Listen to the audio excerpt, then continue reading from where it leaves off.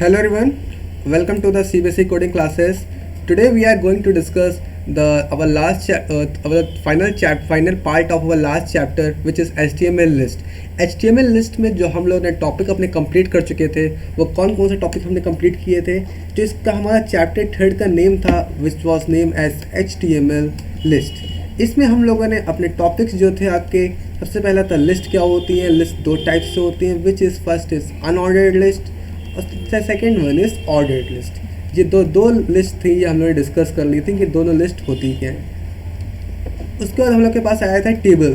कैसे हम टेबल में रोज़ को, कॉलम को कैसे रिप्रेजेंट करते हैं और कैसे हम अपनी टेबल में कैसे हम अपने वेब पेज में एक टेबल को इंसर्ट करते हैं और कैसे हम अपनी टेबल को वर्थ और हाइट को एडजस्ट कर सकते हैं, उसके pixels according to our needs. ये सारी की सारी चीज़ वो कर सकता है जिसके पास उस वेब पेज का ऑथेंटिकेशन है या फिर उस वेब पेज का जो ओनर है। So let's begin our today's video. So welcome to the CBSE coding classes. Today's is a session of class 7th. The chapter is third. The name of the third chapter is HTML list. The topics we are including today in this video are row span and column span attributes of table tags, and the second topic we'll be studying today is anchor tag.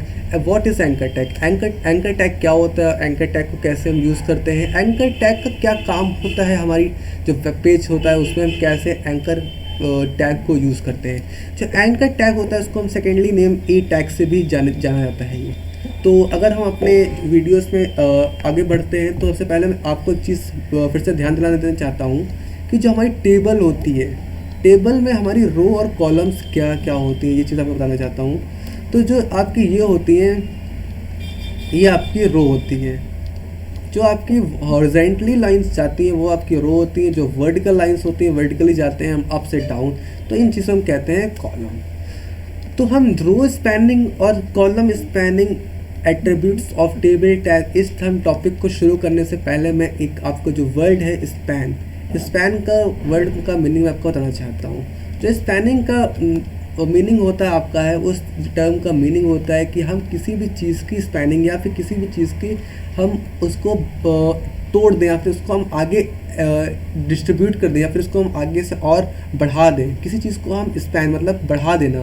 पहले से इसका size मान लेते हैं, table में 2 columns थे तो spanning कर दिया, तो मतलब उसके अंदर स्पैनिंग मतलब उसके अंदर डिस्ट्रीब्यूशन हो गया और नंबर ऑफ़ कॉलम्स या नंबर ऑफ़ रोज और बढ़ गए। तो इस चीज़ को हम कहते हैं स्पैनिंग। So let's begin. अब आ जाते हैं हम अपने इसको हम पूरा पढ़ते हैं कि रो स्पैन और कॉलम स्पैन कैसे यूज़ करते हैं, और इसका एग्जाम्पल भी लेंगे कि हमारे जो एग्जाम्पल में रो स्पैम कहाँ पे यूज़ हुआ है और कॉलम स्पैम भी कहाँ पे यूज़ हुआ है, और कैसे हम इन टैग्स को यूज़ करते हैं और क्या टैग्स का नेम होता है, और कैसे हम इन टैग्स को यूज़ करके हम अपनी टेबल में एक जो रो होती है उसको स्पैन करते हैं और कॉलम को स्पैन करते हैं। इसका आपको मैं एग्जांपल दिखाऊंगा और आउटपुट भी दिखाऊंगा। अगर हमारे चैनल को आपने सब्सक्राइब नहीं किया है तो please subscribe our channel and press the bell icon so that you can not miss our any latest videos. So let's begin our first topic which is row span and column span attributes of table tag. First of all, अगर मैंने आपको इसे last video में बताया भी आपको मैंने यहाँ पे कि stretching a cell over multiple column और row is referred as spanning. इसका मतलब हुआ कि हमारे पास जैसे एक चॉकलेट थी, एक चॉकलेट आपके पास थी, उसको आपने एक ही चॉकलेट को कई सारे पार्ट्स में डिस्ट्रीब्यूट कर दिया, आपने इसको इतने पार्ट में डिस्ट्रीब्यूट कर दिया, तो इसकी आपने स्पैनिंग कर दी ना। अब एक ट्री होता है, तो ट्री ऐसे होता है, उसमें ब्रांचेस हो जाती हैं, ठीक है। एक ये ब्रांच आ गई, उसके अंदर फिर स्पैनिंग नहीं होती इसकी, ये दूसरी ब्रांच, तीसरी ब्रांच, चौथी ब्रांच, फिर ऐसे इधर होती है तो उसकी ब्रांच, इसकी ब्रांच, इसकी ब्रांच। तो क्या होता है कि हम उस पार्ट में उस चीज़ को स्ट्रेच करके इसकी स्पैनिंग कर देते हैं। किसी भी चीज़ को आप जब स्ट्रेच करके उसकी स्पैनिंग करते हैं तो क्या होता है कि उस चीज़ को हम कह सकते हैं स्पैनिंग। अब वो रो के फॉर्म में भी हो सकती है, आपकी कॉलम के फॉर्म में हो सकती है, वो डिपेंड करता है आप उसमें स्पैनिंग किस टाइप से कर रहे हैं। उसमें आपके रो स्पैनिंग भी हो सकती है, रो स्पैनिंग भी हो सकती है और कॉलम स्पैनिंग भी हो सकती है। Both spanning are possible in table. So first of all हम लोग पढ़ने वाले हैं आपका 2 और more adjacent rows are combined together to form a single row is used as a row spanning attribute। जब हम अपनी रोज़ को एक साथ फॉर्म कर देते हैं तो एक ही चीज़ में, तो उस चीज़ को हम कह सकते हैं वहाँ पे रोज़ स्पैनिंग एट्रीब्यूट। हम यहाँ पे क्या करते हैं आपका है, जैसे कि मान लीजिए एक ही टेबल थी और हमने यहाँ पे कॉलम्स को डिस्ट्रीब्यूट किए थे ये। अब हमने क्या किया यहाँ पे, जब टू और more adjacent rows are combined together और form a single row, then we use the row spanning attribute. हमने क्या किया, इन दो रो कॉलम्स को एक साथ जोड़ दिया और यहाँ पे एक कॉलम बना दिया, तो इसमें हम यहाँ पे यूज़ करेंगे रोज कॉलम स्पैम। उसी तरीके से अगर हम चाहते हैं कि यहाँ पर भी हमारा एक ये हो जाए तो ये इसे भी कहेंगे हम कॉलम स्पैम। इसी तरीके से आपका रो स्पैम भी होता है। रो स्पैम में क्या होता है आपका, हम यहाँ पे हमारे मल्टीपल रोज़ होती हैं और हम क्या करते हैं कि एक रो को, दो रोज़ को हम कंबाइन करके जब एक रो बना देते हैं, जैसे कि हमारे पास दो रोज़ थी, एक रो ये एक रो ये, इन दोनों रोज़ को हमें कंबाइन करके जब एक ये रो बना दी तो इसे हम क्या कहेंगे, रो स्पैनिंग कहेंगे। वही चीज़ यहाँ पे लिखी हुई है, टू और more adjacent columns are combined together to form a single column using a column call span attribute. जब हम लोग कभी भी दो रोज़ को, ध्यान रखिएगा, टू रोज़ को एक साथ जोड़ देते हैं तो हम उस चीज़ को क्या कहते हैं, रो स्पैम कहते हैं। और जब हम दो कॉलम को एक साथ जोड़ देते हैं तो उसे क्या कहते हैं, हमें कॉलम स्पैन कहते हैं। तो अगर आप यहाँ पे चीज़ों को क्लियर यहाँ पे समझ पा रहे हो तो अगर मैं आपको एक छोटा सा और एग्जांपल देके बताता हूँ कि एग्जैक्टली अगर कोई भी कंफ्यूजन होगी तो आपकी वो दूर हो जाएगी, रो स्पैम और कॉलम स्पैम से रिलेटेड। तो अगर हम मान लेते हैं ये हमारी टेबल थी और इसमें हमने क्या किया, हमने कॉलम्स को डिस्ट्रीब्यूट कर दिया, रोज़ को बना दिया और कुछ कॉलम्स को भी बना दिया। अब हम क्या करेंगे, हम यहाँ पे कुछ पार्ट को, हमारी डेफिनेशन के अकॉर्डिंग था कि हम जब दो रो को मिक्सअप कर देते हैं तो उस चीज़ को हम बोलते हैं रो स्पैनिंग। ये दो हमारा, एक रो ये है एक रो ये है, अगर हम यहाँ पे इस चीज़ को एडिट कर देते हैं, ठीक है, और हम यहाँ पे एक ये लाइन खींच देते हैं सिर्फ यहाँ तक, हमने क्या किया, इन दो रोज़ को, जो कॉलम्स थे ये कॉलम और हमने पूरे कॉलम को एक बना दिया, तो यहाँ पे क्या हुई, आपकी रो स्पैमिंग हुई। Okay got it. अगर हम चाहते हैं कि इसमें कॉलम स्पैमिंग हो जाए तो हम क्या करेंगे, आपका कॉलम स्पैम करने के लिए हम ये जो आपकी रो है, ये कॉलम है, ये दो कॉलम्स थे, हमने इन दोनों कॉलम्स को बनाकर मल्टीपल कॉलम्स को एक सिंगल कॉलम में जनरेट कर दिया, तो इस चीज़ को हम क्या कहेंगे, कॉलम स्पैम। तो आपको चीज़ें क्लियर हो रही कि रो स्पैम और कॉलम स्पैम को कैसे यूज़ करते हैं, अपने टेबल टैक्स में है। ओके, ये आपकी हो गई रो स्पैम और कॉलम स्पैम। अब चलिए हम आते हैं एग्जाम्पल में, क्योंकि देखिए आपने ये थ्योरी का पोर्शन तो बहुत पढ़ लिया, लेकिन आप जब एक एग्जाम्पल देखेंगे तो आप उस चीज़ को अच्छे से रिलेट कर पाएंगे उस चीज़ को। सबसे पहले हमने क्या किया, HTML को कोड लिखने के सबसे पहले HTML को तो हम लिखते हैं, HTML की ओपनिंग और क्लोजिंग हो गई।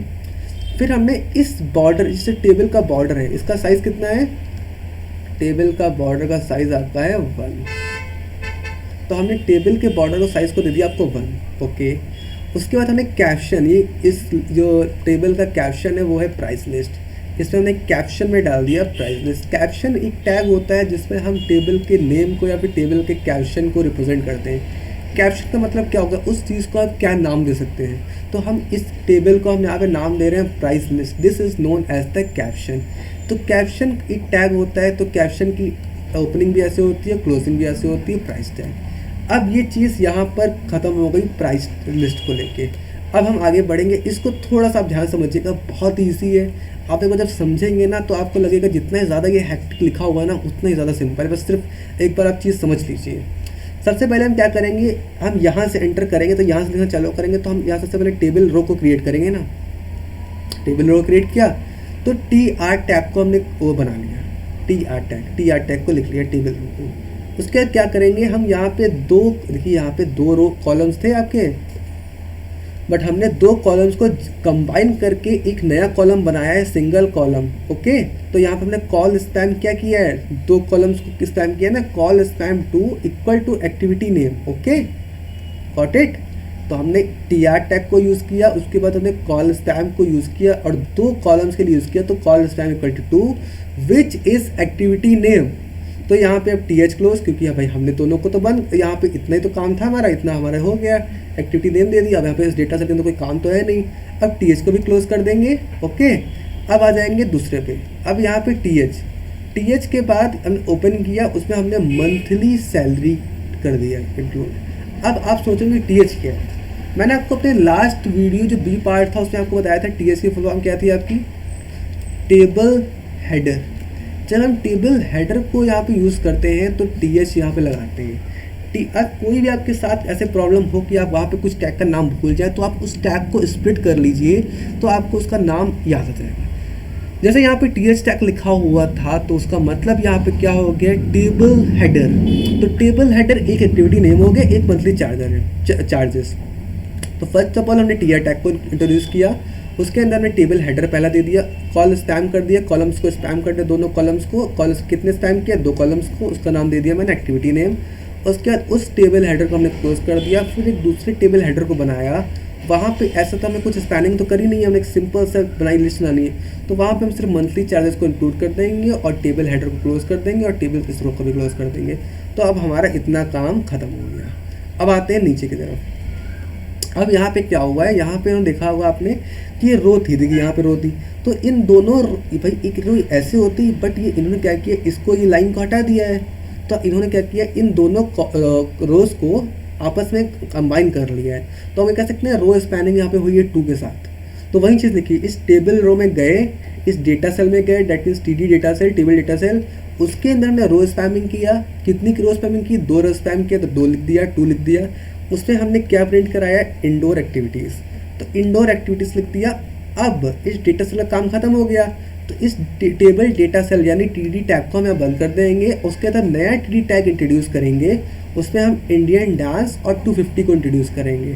एक डेटा सेल में इंडियन डांस, दूसरे डेटा सेल में 250 रुपीज़। तो हमने TD मतलब नया टेबल डेटा सेल इंट्रोड्यूस किया, हमने उसमें इंडियन डांस लिख दिया, इस TD सेल को क्लोज कर दिया और फिर दूसरे टेबल डेटा सेल को ओपन किया, उस पर हमने 250 रुपीज़ दिया और TD डेटा सेल को क्लोज कर दिया और इस टेबल रो को भी क्लोज कर दिया। अब हमारा इतना काम हो गया है। अब क्या है, अब ये ड्रामेटिक्स और 350 भी उसी रो में जाएगा। तो हम क्या करेंगे, TR टेबल रो, TD यानी टेबल डेटा सेल, ड्रामेटिक्स को प्रिंट कराया, फिर टेबल ड्रामेटिक्स को प्रिंट करा दिया। अब इस डेटा सेल में कुछ है तो है नहीं, तो हम इस टेबल डेटा सेल को बंद कर देंगे, बंद कर दिया। अब नया टेबल डेटा सेल को क्रिएट किया, उसमें हमने 350 को प्रिंट किया और इस टेबल डेटा सेल को क्लोज कर दिया, TD डेटा सेल को। तो TD डेटा सेल को ओपन किया, 350 प्रिंट कराया और TD डेटा सेल को क्लोज करा दिया। और जो आपने स्टार्टिंग में TR टैग यानी टेबल रो टैग था उसको आपने ओपन किया था, उसकी यहाँ पे आपकी क्लोजिंग हो जाएगी। Got it? अगर आप इतना समझ गए तो अब आगे तो आप कर ही लेंगे, लेकिन मैं आपको हर एक चीज़ बताऊंगा यहाँ पे। तो यहाँ पे TR टैग इतना तो आपका हो गया। अब यहाँ तो यहाँ क्या करो, यहाँ पे TR टैग लगाएंगे हम। उसके बाद क्या करेंगे, आप यहाँ पे रो स्पैमिंग करेंगे, 2 रो को स्पैमिंग होगी। उसके बाद आप आउटडोर एक्टिविटीज़ प्रिंट कराएंगे वहाँ पे TD डेटा सेल में। उसके बाद आप स्केटिंग और आपको ये हॉर्स राइडिंग प्रिंट करा देंगे। तो वही चीज़ लिखी है, आपने टेबल रो पहले इंट्रोड्यूस कराया, उसके बाद टेबल डेटा सेल को इंट्रोड्यूस कराया। टेबल डेटा सेल आपका ये हो गया और टेबल रो इस हो गए। तो इसमें हमने रो स्पैम लगाई, तो रो स्पैम लगा देंगे 2 का और उसके अंदर हम प्रिंट करा देंगे आउटडोर एक्टिविटीज़।